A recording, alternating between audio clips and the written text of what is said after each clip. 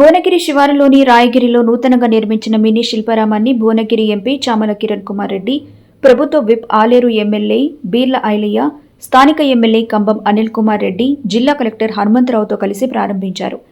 ఎమ్మెల్యేలు అధికారులతో కలిసి మినీ ట్యాంక్ బండ్ చెరువులో బోటింగ్ చేశారు.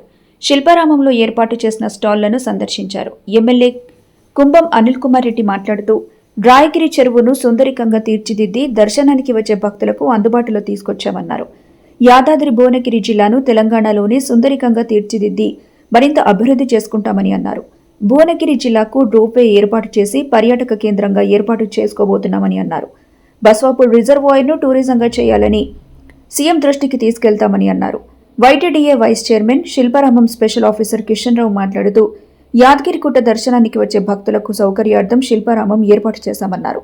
శిల్పారామం ఎంట్రన్స్ టికెట్ పెద్దలకు 20, చిన్నపిల్లలకు 10 రూపాయలు ఉంటాయని అన్నారు. ఉమ్మడి నల్గొండ జిల్లా తయారయ్యే వస్తువులను స్టాల్లో ఏర్పాటు చేశామని తెలిపారు.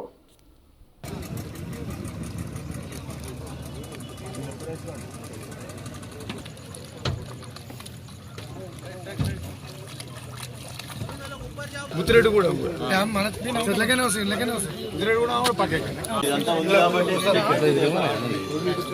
కొంచెం డెవలప్ చేసి కొద్దిగా నీళ్లు కొద్దిగా పెడితే బాగా వస్తారు. ఎక్కడమ్మా మీది ఎక్కడ? ఎన్ని రోజులు పెడతారు ఇక్కడ? ఓ శిల్పారామం నేను ఉండని అంటే గవర్నతో ఎంత అవుతుంది? ఇక్కడ కాంకాశాల్ ఢిల్లీ क्या नाम है इसका? गोविंद कुमार.